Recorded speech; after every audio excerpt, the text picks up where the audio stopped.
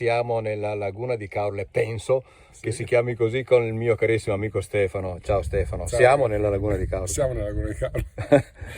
Sì, ti ho fatto vedere Google Maps, ti ho fatto vedere di tutto per fartelo capire, ma siamo nella laguna di Caorle, confermo. E stiamo pescando Cefali, cefali con le canne. con le canne galleggia, ne abbiamo due a bandiera e una galleggia. Stiamo provando, stiamo cercando di capire come funziona quest'anno. La bandiera non la vedo però, non c'è la È bandiera. sotto acqua. È sott'acqua. E fisicamente che posto è questo? Cioè che incrocio è? Siamo all'incrocio tra Valle Perera, Vignago e Franchetti, Ho capito. all'interno della laguna. Grazie. Prego. Sai anche parlare italiano?